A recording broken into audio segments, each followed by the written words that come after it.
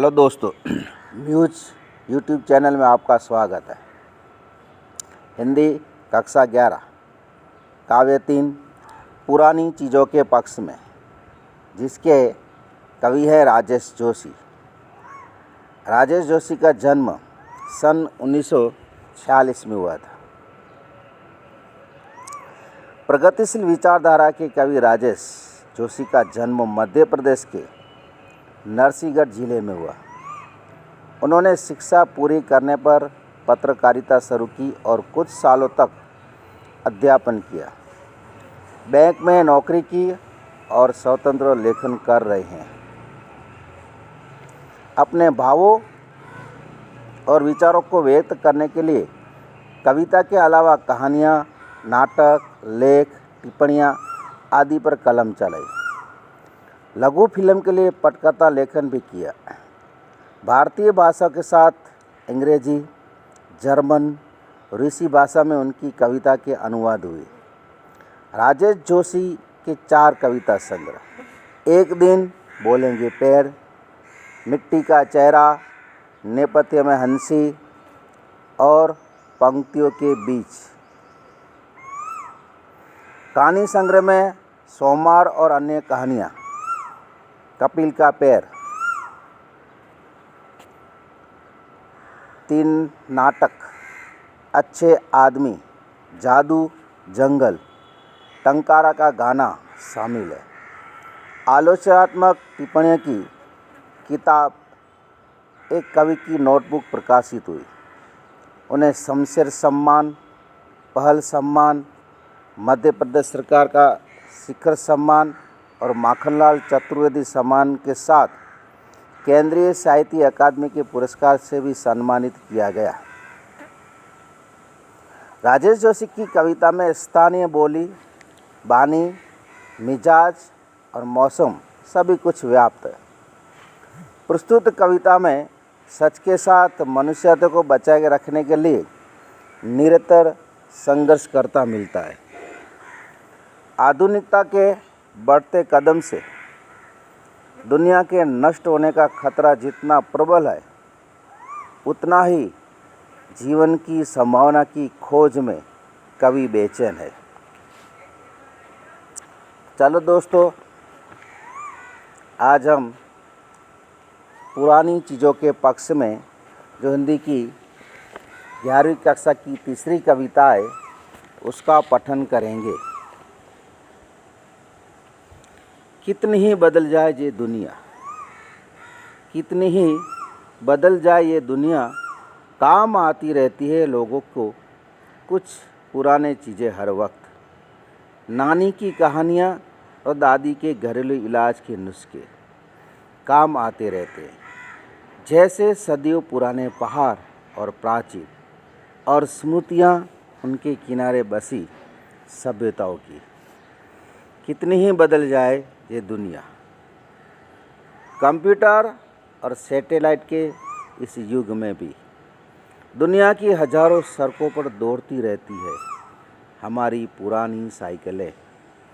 सच एक प्राचीन चीज़ है और हालांकि झूठ भी, और वक्त पर दोनों ही काम आते हैं आदमी के।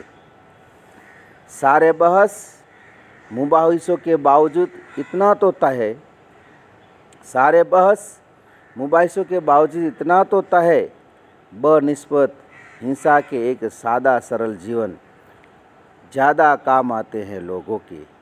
कितनी ही बदल जाए ये दुनिया। हत्यारों का शोर इसलिए ज़्यादा है कि वे ज़्यादा संगठित है।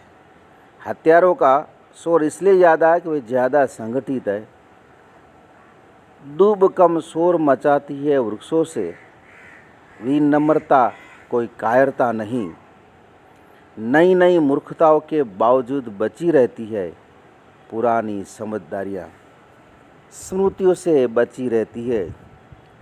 थोड़ी सी टिस और थोड़ी सी मिठास, कितनी ही बदल जाए ये दुनिया।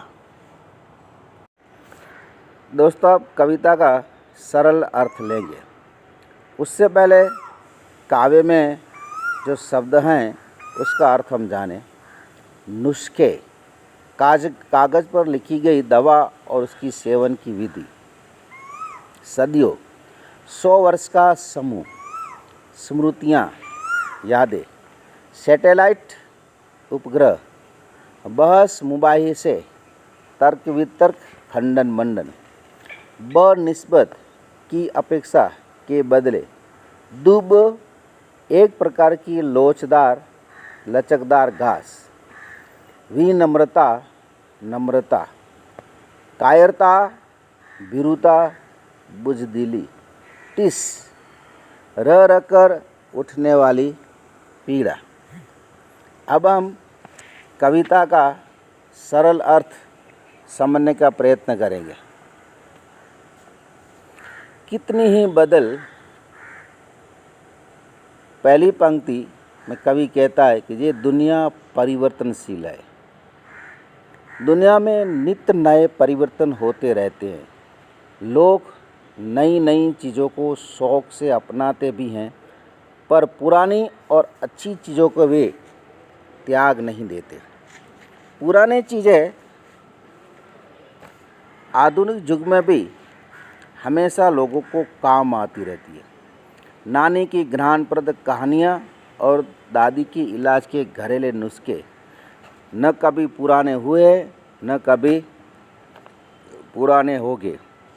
वे हर युग में लोगों के काम आते रहेंगे।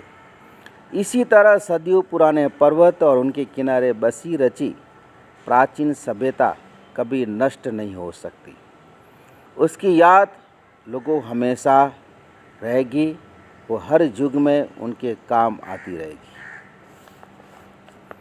दूसरी पंक्ति, कंप्यूटर और आधुनिक युग कंप्यूटर और सैटेलाइट का युग है।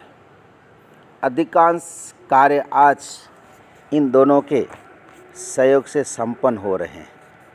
इसके बावजूद कुछ पुरानी चीज़ों की अहमियत आज भी पहले जैसी है। उदाहरण के रूप में साइकिल भले ही पुराने युग की हो, पर आज भी वो बिना खर्च की सवारी है। वो हजारों सड़क पर दौड़ने वाले लोगों को मनपसंद वाहन है। इतना ही नहीं, सच बोलना पहले भी अच्छा माना जाता है। इसके साथ झूठ भी सत्य जितना पुराना है। नए ज़माने में भी दोनों अपने प्राचीन रूप में प्रचलित है और समय समय आज भी ये वक्त आने पर लोगों को काम आते हैं। सादा और सरल जीवन प्राचीन सभ्यता की देन रहा है। उसका अस्तित्व आज भी उसी तरह विद्यमान है। यदि आधुनिक युग के हिंसा प्रधान वातावरण से उसकी तुलना की जाए तो सादा सरल जीवन लोगों के ज़्यादा काम आता है। तीसरी पंक्ति, हत्यारों का क्रूरता और विनम्रता से विनम्रता श्रेष्ठ है। ये बात हर व्यक्ति स्वीकार करता है, पर हिंसा का शोर अधिक है। ऐसा इसलिए है कि हत्यारे अधिक संगठित होते हैं। विनम्रता में शोर के लिए कोई स्थान नहीं होता। शोर का प्रवेश होने पर विनम्रता नहीं रहती।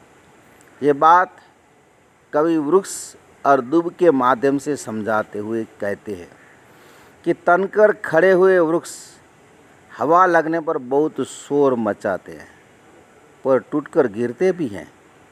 पर लचकदार दूब, लचकदार ये घास हवा लगने पर कभी शोर नहीं मचाती और हवा दूब का कुछ भी बिगाड़ नहीं पाती। विनम्रता व्यक्ति का भूषण है, इसे कायरता नहीं कहा जा सकता है। नए ज़माने की तरह तरह मूर्खताओं के बावजूद पुरानी समझदारी हमेशा बची रहती है। वही लोगों को काम आती है, यादों में शेष रह जाती है और थोड़ी थोड़ी खट्टी मीठी बातें भी।